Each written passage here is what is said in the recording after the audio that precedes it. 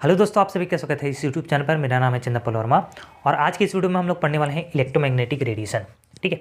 सो electromagnetic radiation को ना पढ़ने के लिए हमें दो थ्योरीज की आवश्यकता पड़ती है ना। इलेक्ट्रोमैग्नेटिक रेडिएशन को दो थ्योरीज की सहायता से हम लोग समझ सकते हैं। पहला है वेव थ्योरी। वेव थ्योरी क्या कहते हैं? देखो, जो इलेक्ट्रोमैग्नेटिक रेडिएशन है ना, वो बिहेव करता है एज ए वेव। दो प्रकार का इसमें वेव पाया जाता है इलेक्ट्रोमैग्नेटिक वेव में, इलेक्ट्रोमैग्नेटिक रेडिएशन में। पहला वर्ड है देखो इलेक्ट्रो। इलेक्ट्रो से हम लोग का इलेक्ट्रिक वेव आ गया और दूसरा वर्ड है मैग्नेटिक। मैग्नेटिक से हम लोग का आ गया मैग्नेटिक वेव। सो ये दो वेव से मिलकर बना हुआ होता है। एक होता है हम लोग का इलेक्ट्रिक वेव, दूसरा होता है मैग्नेटिक वेव, है ना। और ये दोनों वेव, इलेक्ट्रिक वेव और मैग्नेटिक वेव ना, एक दूसरे के म्यूचुअली परपेंडिकुलर होते हैं। यहाँ पास परपेंडिकुलर का मतलब होता है 90 डिग्री। सो अगर एक वेव इस प्रकार से है जो कि है हम लोग का इलेक्ट्रिक वेव, तो दूसरा जो मैग्नेटिक वेव होगा वो इसके परपेंडिकुलर होगा, यानी 90 डिग्री में प्रेजेंट होगा। ठीक है। और साथ ही इसका जो डायरेक्शन ऑफ प्रोपोगेशन है वो भी इन दोनों के परपेंडिकुलर होता है। तो यहाँ पर हम लोग इस वेव को हम लोग बोल सकते हैं electric wave, magnetic wave and direction of propagation. जिस डायरेक्शन में वो प्रोपागेट कर रहा है, जिस डायरेक्शन में वो गति कर रहा है, जिस डायरेक्शन में वो मोशन कर रहा है, वो तीनों क्या होते हैं? एक दूसरे के परपेंडिकुलर होते हैं। ठीक है। ये है हम लोग का वेव थ्योरी। वेव थ्योरी के अकॉर्डिंग इस वेव का जो स्पीड होता है वो होता है 3 × 10⁸ मीटर पर सेकंड, जो कि इस लाइट का स्पीड है। ऑन द अदर हैंड अगर हम लोग क्वांटम थ्योरी को देखें, सो क्वांटम थ्योरी कहता है कि जो इलेक्ट्रोमैग्नेटिक रेडिएशन है ना, वो पार्टिकल की तरह बिहेव करता है। ठीक है। क्वांटम थ्योरी ये कहता है कि इलेक्ट्रोमैग्नेटिक रेडिएशन है ना, वो पार्टिकल की तरह बिहेव करता है और इस पार्टिकल का उन्होंने नाम दिया था फोटोन। ठीक है, फोटोन या फिर क्वांटा। और इस फोटोन के पास जो एनर्जी होता है वो होता है energy is equal to h nu. इस फॉर्मूले की सहायता से हम लोग निकाल सकते हैं। यहाँ पास देखिए, ये एच क्या है हम लोग का? एच है हम लोग का प्लांक्स कांस्टेंट और न्यू क्या है हम लोग का फ्रीक्वेंसी। ठीक है। और इस फोटोन का जो स्पीड होता है वो कितना होता है? 3 × 10⁸ मीटर पर सेकंड। तो ये दो थ्योरी है, पहला वेव थ्योरी, दूसरा है क्वांटम थ्योरी। सो वेव थ्योरी में हम लोग कुछ इंपॉर्टेंट प्रॉपर्टीज़ देख लेते हैं वेव का। सो कौन कौन से प्रॉपर्टीज़ होते हैं? प्रॉपर्टीज़ या फिर कैरेक्टरिस्टिक्स भी बोल सकते हैं। प्रॉपर्टीज़ का मतलब क्या होता है? गुण। तो किसी भी वेव के पास ना ये प्रॉपर्टीज़ होता है। कौन कौन सा प्रॉपर्टीज़ होता है? पहला प्रॉपर्टी है हम लोग का स्पीड। स्पीड को हम लोग सी से रिप्रेजेंट करते हैं और स्पीड को हम लोग इस फार्मूले की सहायता से निकाल सकते हैं, जो कि होता है c is equal to nu lambda. यहाँ पास न्यू क्या है हम लोग का? फ्रीक्वेंसी है। लेमना क्या है हम लोग का? वेवलेंथ है। तो speed of light is equal to speed of light या फिर इलेक्ट्रोमैग्नेटिक रेडिएशन को हम लोग इस फार्मूला की सहायता से निकाल सकते हैं। दूसरा होता है वेवलेंथ और तीसरा होता है फ्रीक्वेंसी। सो ये वेवलेंथ क्या होता है? देखो, दो पीक्स, इसको क्या बोलते हैं? जो सबसे ऊपर वाला पोजीशन होता है ना, इसको हम लोग बोलते हैं पीक्स, और जो सबसे डाउनवर्ड वाला पोजीशन होता है ना इस वेव का, उसको हम लोग बोलते हैं ट्रफ। तो दो पीक्स के बीच का जो डिस्टेंस है या फिर दो ट्रफ के बीच का जो डिस्टेंस है उसको हम लोग क्या बोलते हैं? वेवलेंथ बोलते हैं। ठीक है। तो जैसे कि ये पीक हो गया, ये दूसरे वेव का पीक हो गया, तो दोनों के बीच का जो डिस्टेंस है उसको हम लोग वेवलेंथ बोलेंगे। या फिर ये एक ट्रफ हो गया, ये दूसरा ट्रफ हो गया, दोनों के बीच का जो डिस्टेंस है उसको हम लोग क्या बोलेंगे? वेवलेंथ बोलेंगे। फ्रीक्वेंसी को किस प्रकार से डिफाइन करेंगे? सो फ्रीक्वेंसी को कैसे डिफाइन करेंगे? देखो, एक सेकंड में, जैसे कि फॉर एग्जांपल हमने ये एक पॉइंट ले लिया, एक सेकंड में इस पॉइंट से कितने वेव गुजरेगा, है ना। जैसे कि पूरा एक कंप्लीट वेव क्या होता है? देखो, ये यहाँ से यहाँ तक को हम लोग एक कंप्लीट वेव बोलते हैं। सो इस पॉइंट से एक सेकंड में कितना वेव गुजर रहा है उसको हम लोग क्या बोलते हैं? फ्रीक्वेंसी बोलते हैं। फॉर एग्जांपल यहाँ से 10,000 वेव एक सेकंड में गुजरा, है ना, तो इसका फ्रीक्वेंसी कितना हो जाएगा? 10,000 हर्ज हो जाएगा। ठीक है। फ्रीक्वेंसी का जो यूनिट होता है वो होता है हर्ज, इसको बोलते हैं हर्ज। ठीक है। इसको इस प्रकार से रिप्रेजेंट करते हैं। और हर्ज एक और यूनिट होता है जिसको हम लोग बोलते हैं पर सेकंड। सो पर सेकंड को ही हर्ज बोला जाता है। वेवलेंथ का जो यूनिट होता है उसको हम लोग लेंथ को किस में नापते हैं? हम लोग मीटर में नापते हैं या फिर सेंटीमीटर में नापते हैं। तो इसलिए इसका जो यूनिट हो जाएगा वो हो जाएगा सेंटीमीटर या फिर मीटर हो जाएगा। ठीक है। अभी के डिस्कशन में हमने देखा था कि जो इलेक्ट्रोमैग्नेटिक वेव है, इलेक्ट्रोमैग्नेटिक रेडिएशन है, वो वेव की तरह भी बिहेव कर सकता है और पार्टिकल की तरह भी बिहेव कर सकता है। सो कुछ एक्सपेरिमेंट थे, जैसे कि photo electric effect and quantum effect, जो कि पार्टिकल नेचर को एक्सप्लेन करते थे इलेक्ट्रोमैग्नेटिक रेडिएशन का। और कुछ एक्सपेरिमेंट थे, जैसे कि इंटरफेरेंस, डिफ्रैक्शन, पोलराइजेशन, ये वेव नेचर को एक्सप्लेन करते थे इलेक्ट्रोमैग्नेटिक रेडिएशन के, है ना। सो इन दोनों एक्सपेरिमेंट के आधार पर यह कहा गया कि जो इलेक्ट्रोमैग्नेटिक रेडिएशन है ना, वो दोनों तरीके से बिहेव कर सकता है, उसका दोनों नेचर हो सकता है, वो वेव नेचर का भी हो सकता है और पार्टिकल नेचर का भी हो सकता है। इसको ऐसे समझा जा सकता है जैसे कि सिक्का है ना, सिक्के के केवल एक पहलू नहीं होता, या चीट या फिर पट बस नहीं होता, वो दोनों से मिलकर बना हुआ होता है सिक्का, चिट भी और पट भी। उसी प्रकार से जो इलेक्ट्रोमैग्नेटिक रेडिएशन है ना, वो भी बिहेव करता है ऐसा पार्टिकल एंड वेव। उसी प्रकार से जब भी एक मूविंग पार्टिकल होता है ना, उसके पास ना प्रॉपर्टी होता है, पार्टिकल के पास वेव का प्रॉपर्टी और वेव के पास पार्टिकल का प्रॉपर्टी, और इस प्रॉपर्टी को बोला जाता है वेव पार्टिकल डुअलिटी नेचर। ठीक है, सो अगर कोई पार्टिकल मूव कर रहा है तो उसके पास ना वेव प्रॉपर्टी होता है, और वेव प्रॉपर्टी मतलब क्या हो गया, वेवलेंथ, और उसका वेवलेंथ दिया था डी ब्रॉगली ने। जो भी एक मूविंग पार्टिकल होता है उसका कितना वेवलेंथ होता है, wavelength is equal to h by mass into velocity. ये लेमड़ा क्या है, लेमड़ा है हम लोग का वेवलेंथ, एच है हम लोग का Planck's constant, m is mass of the particle, v is the velocity of particle, है ना। तो ये है हम लोग का वेव पार्टिकल डुअलिटी। इसके बाद हम लोग इलेक्ट्रोमैग्नेटिक स्पेक्ट्रम पढ़ेंगे और उससे रिलेटेड जो स्पेक्ट्रोस्कोपी आता है ना उसको पढ़ेंगे। सो नेक्स्ट टॉपिक आता है हम लोग का इलेक्ट्रोमैग्नेटिक स्पेक्ट्रम। ये स्पेक्ट्रम वर्ड होता क्या है, इसको सबसे पहले समझते हैं। स्पेक्ट्रम का मतलब होता है जब भी हम लोग फ्रीक्वेंसी को इंक्रीजिंग ऑर्डर में लिखते हैं ना, तो उसको हम लोग बोलते हैं स्पेक्ट्रम। तो यहाँ पास देखिए फ्रीक्वेंसी को हम लोगों ने इंक्रीजिंग ऑर्डर में लिखा है, 10 का पावर 0 है, फिर 10 का पावर 2 है, 10 का पावर 4 है, 10 का पावर 6 है। तो फ्रीक्वेंसी को ये वाला जो ऊपर में लिखा है ना, इसको बोलते हैं हम लोग फ्रीक्वेंसी। तो फ्रीक्वेंसी को इंक्रीजिंग ऑर्डर में लिखेंगे ना, तो हमें एक प्रकार का एक स्पेक्ट्रम मिलता है, इसको हम लोग बोलते हैं स्पेक्ट्रम। ठीक है, फ्रीक्वेंसी को इंक्रीजिंग ऑर्डर में लिखो तो उसको हम लोग बोलते हैं स्पेक्ट्रम। ठीक है, अब देखो जो इलेक्ट्रोमैग्नेटिक रेडिएशन होता है ना, उसके डिफरेंट डिफरेंट रीजन्स होते हैं। अगर इलेक्ट्रोमैग्नेटिक रेडिएशन का फ्रीक्वेंसी का जो रेंज है वो 10 का पावर 22 से लेकर 10 का पावर 24 तक का है, तो उस रेडिएशन को हम लोग बोलते हैं कॉस्मिक रेज, है ना। उस रीजन का जो रेडिएशन होता है ना उसको हम लोग क्या बोलते हैं, कॉस्मिक रेज। तो हमें एक कॉस्मिक रेज का एक रीजन मिल गया। तो यहाँ से इस फ्रीक्वेंसी रीजन से लेकर इस फ्रीक्वेंसी तक के जो रीजन वाले इलेक्ट्रोमैग्नेटिक रेडिएशन है ना, उसको हम लोग बोलते हैं कॉस्मिक रेज। कॉस्मिक रेस के बाद आता है गामा रेस, जो कि है 10 का पावर, जिसका फ्रीक्वेंसी होता है 10 का पावर 19 से लेकर 10 का पावर 22 तक। तो ऐसा इलेक्ट्रोमैग्नेटिक की रेस जिसका फ्रीक्वेंसी का रेंज 19 से लेकर 10 का पावर 19 से लेकर 10 का पावर 22 तक हर्ट्ज तक होता है, ऐसे रेस को हम लोग क्या बोलते हैं, गामा रेस। ऐसे करके आप सभी लोग इसको देख सकते हो। लास्ट में आता है हम लोग का रेडियो वेव्स। तो आप सभी लोग अगर ऊपर से नीचे की ओर जाओगे तो आप सभी लोग ये ऑब्जर्व करोगे कि जैसे जैसे हम लोग नीचे जाते जा रहे हैं तो फ्रीक्वेंसी क्या हो रहा है, कम होते जा रहा है। देखो कॉस्मिक रेस का फ्रीक्वेंसी क्या था, 10 का पावर 24 था, जो कि सबसे ज़्यादा है। और नीचे जब हम लोग रेडियो वेव में जाए तो इसका जो फ्रीक्वेंसी का रेंज है वो कितना है, कम हो गया है, 10 का पावर 5 से लेकर 10 का पावर 10 हर्ट्ज तक ही रह गया है। तो फ्रीक्वेंसी क्या हो रहा है, नीचे जाने पर कम होते जा रहा है। ठीक है, तो हमें रीजन्स मिल गया है। अब सवाल ये उठता है कि इसको याद कैसे किया जाए। तो इसको याद करने का एक तरीका है, एक ट्रिक है। तरीका क्या है, ध्यान से सुनना।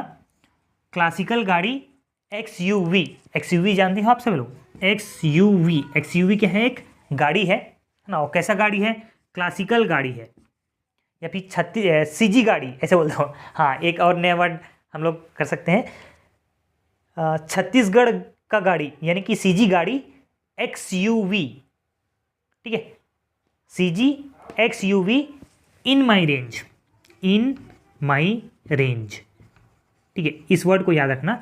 C से हम लोग का हो गया कॉस्मिक रेस, G से हो गया गाड़ी, X से हो गया एक्स रेस, U से हो गया हम लोग का अल्ट्रावायलेट रेस, V से हम लोग का हो गया विजिबल रेस, इन से हम लोग क्या हो गया इंफ्रारेड रेस, M से हो गया हम लोग का माइक्रोवेव, और लास्ट रेंज से R से हो गया हम लोग का रेडियो वेव।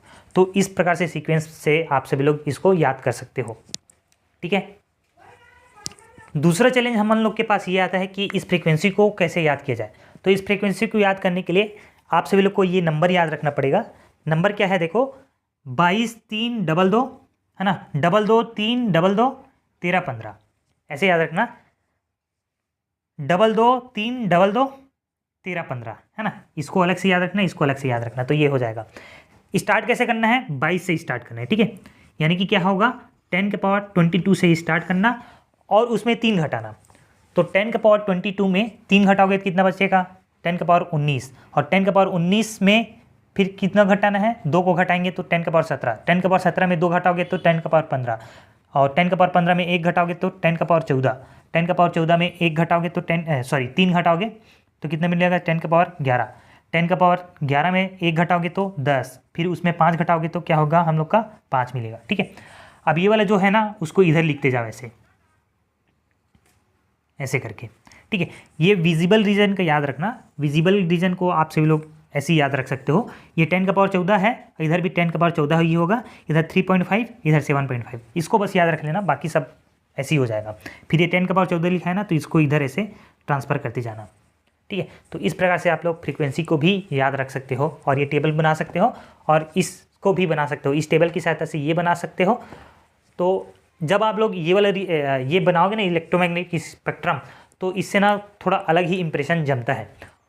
हम लोग ना वेव थ्योरी और क्वांटम थ्योरी की सहायता से कुछ कुछ इंपॉर्टेंट फार्मूलाज निकाले हुए हैं। सबसे पहला कौन सा है, देखो, energy is equal to h nu, है ना। फोटोन का जो एनर्जी होता है एच न्यू के बराबर होता है, और उसका जो स्पीड होता है c is equal to nu lambda, ये भी हम लोग देख चुके हैं। तो यहाँ से पहले इक्वेशन और दूसरे इक्वेशन से हम लोग क्या करते हैं, मैं क्या करता हूँ, देखो ये न्यू का जो वैल्यू इस इक्वेशन 2 से निकालता हूँ। So nu is equal to क्या हो जाएगा हम लोग का, न्यू इज इक्वल टू हम लोग का आ जाएगा, न्यू इज इक्वल टू आ जाएगा हम लोग का सी बाय लेमड़ा, और इस न्यू का वैल्यू मैं इक्वेशन 1 में डाल दूंगा, तो ये हो जाएगा energy is equal to s c by lambda निकल जाएगा। ठीक है, और एक वर्ड जो मैंने कि नहीं बताया था, अभी नोट कर सकते हो, वेव नंबर। सो वेव नंबर क्या होता है, ये होता है 1 बाय वेवलेंथ, है ना। 1 बाय वेवलेंथ को हम लोग क्या बोलते हैं, वेव नंबर बोलते हैं। सो यहाँ से ये क्या हो जाएगा, 1 बाय वेवलेंथ को हम लोग वेव नंबर लिख सकते हैं ऐसे, फ्रीक्वेंसी लिखते हैं ऐसे, फ्रीक्वेंसी को इस प्रकार से न्यू से रिप्रेजेंट करते हैं, उसके ऊपर ऐसे बार लगा देना, एक डंडी खींच देना, तो इसको बोलते हैं न्यू बार, और इस न्यू बार को हम लोग क्या बोलते हैं, वेवलेंथ बोलते हैं, सॉरी वेव नंबर बोलते हैं। ठीक है, so energy is equal to क्या निकल जाएगा हम लोग का, एच सी न्यू बार। तो हमारे पास एनर्जी के 3 फार्मूलास हो गए, पहला ये, दूसरा ये और ये तीसरा। ये तीनों ही फार्मूला जो है ना बहुत ही ज़्यादा इंपॉर्टेंट है, बहुत ज़्यादा इंपॉर्टेंट है। तो इससे हम लोग इंपॉर्टेंट कंक्लूजन ये निकाल सकते हैं कि जो एनर्जी है ना वो डायरेक्टली प्रोपोर्शनल होता है किसके, फ्रीक्वेंसी के। ये न्यू क्या है हम लोग का, फ्रीक्वेंसी है। ठीक है, जैसे जैसे एनर्जी बढ़ेगा फ्रीक्वेंसी भी बढ़ेगा, ये पहला कंक्लूजन निकाल सकते हैं। और साथ ही दूसरे फार्मूले से हम लोग क्या कंक्लूजन निकाल सकते हैं, एस तो हम लोग का प्लांक्स कांस्टेंट है, और सी भी क्या है हम लोग का, स्पीड ऑफ लाइट है, ये दोनों कांस्टेंट है।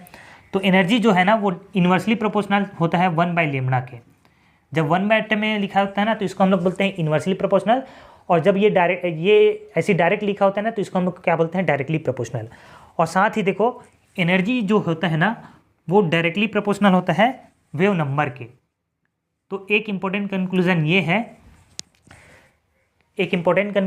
है, एनर्जी जो है फ्रीक्वेंसी के साथ और वेव नंबर के साथ क्या होता है, प्रोपोर्शनल होता है। सुना, जब भी हम लोग स्पेक्ट्रोस्कोपी पढ़ते हैं ना तो ये तीनों वर्ड एनर्जी, फ्रीक्वेंसी और वेव नंबर, ये तीनों ना एक दूसरे के सिनोनिम्स होते हैं।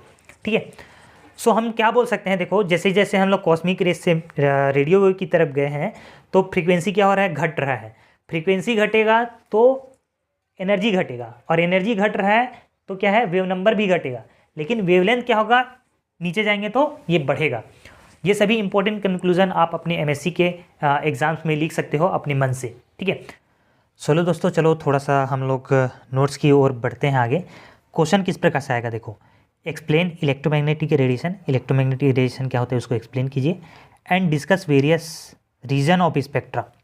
ये वाला जो सेकंड पार्ट है ना, discuss various region of spectra, इसको हम लोग कल करेंगे। और ये जो क्वेश्चन है वो 2023, 2021, 2019, 2018, 2016 में आया हुआ है। ठीक है, discuss various region of spectra से ना हम लोग ये वाला क्वेश्चन भी हल कर पाएंगे, और साथ ही ये वाला क्वेश्चन भी हल कर पाएंगे, और ये वाला क्वेश्चन भी हल कर पाएंगे। तो सेकंड वीडियो में मैं सब ये वाला जो जितने भी क्वेश्चन लिखाया हूँ ना तो इसको मैं हल करके बताऊँगा। ठीक है, तो इसका नोट्स देख लेते हैं। तो जब भी आप सभी लोग के पास इस प्रकार का क्वेश्चन आए तो आप सभी लोग किसके बारे में लिख सकते हो, इलेक्ट्रोमैग्नेटिक रेडिएशन के बारे में लिख सकते हो।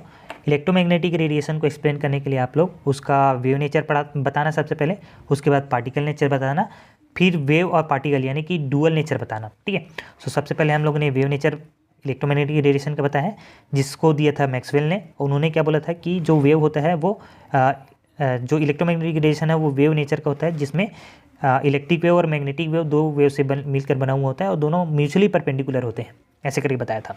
उसके बाद इलेक्ट्रोमैग्नेटिक वेव से कुछ कुछ कैरेक्टरिस्टिक्स होते हैं, जैसे कि स्पीड, वेवलेंथ, फ्रीक्वेंसी और वेव नंबर। स्पीड को डिफाइन कर देना, स्पीड क्या, स्पीड को इस फार्मूला की सहायता से निकालते हैं।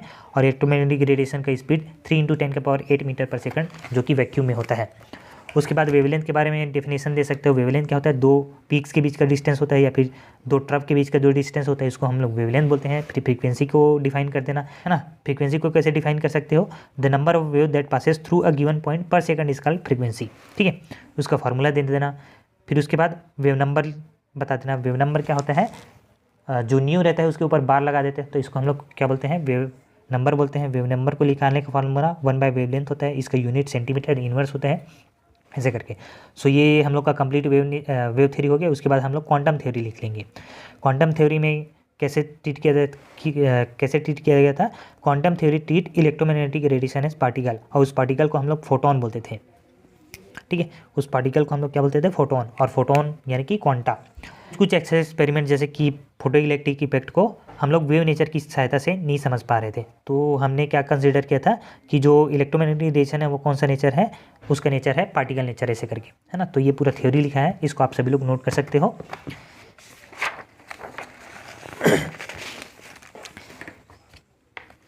फिर आप सभी लोग लिखना, देखिए यहाँ पास जो एनर्जी ऑफ फोटोन होता है वो h के बराबर होता है, वेयर h क्या है, प्लैंक्स कांस्टेंट। h क्या है हम लोग का 6.67 × 10⁻34 joule frequency.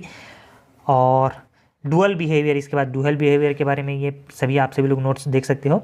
Phenomena like diffraction, polarization, so that electromagnetic behave as a wave, experiment like photoelectric head and quantum behave, वो इलेक्ट्रोमैग्नेटिक रेडिएशन के पार्टिकल नेचर को एक्सप्लेन करते हैं।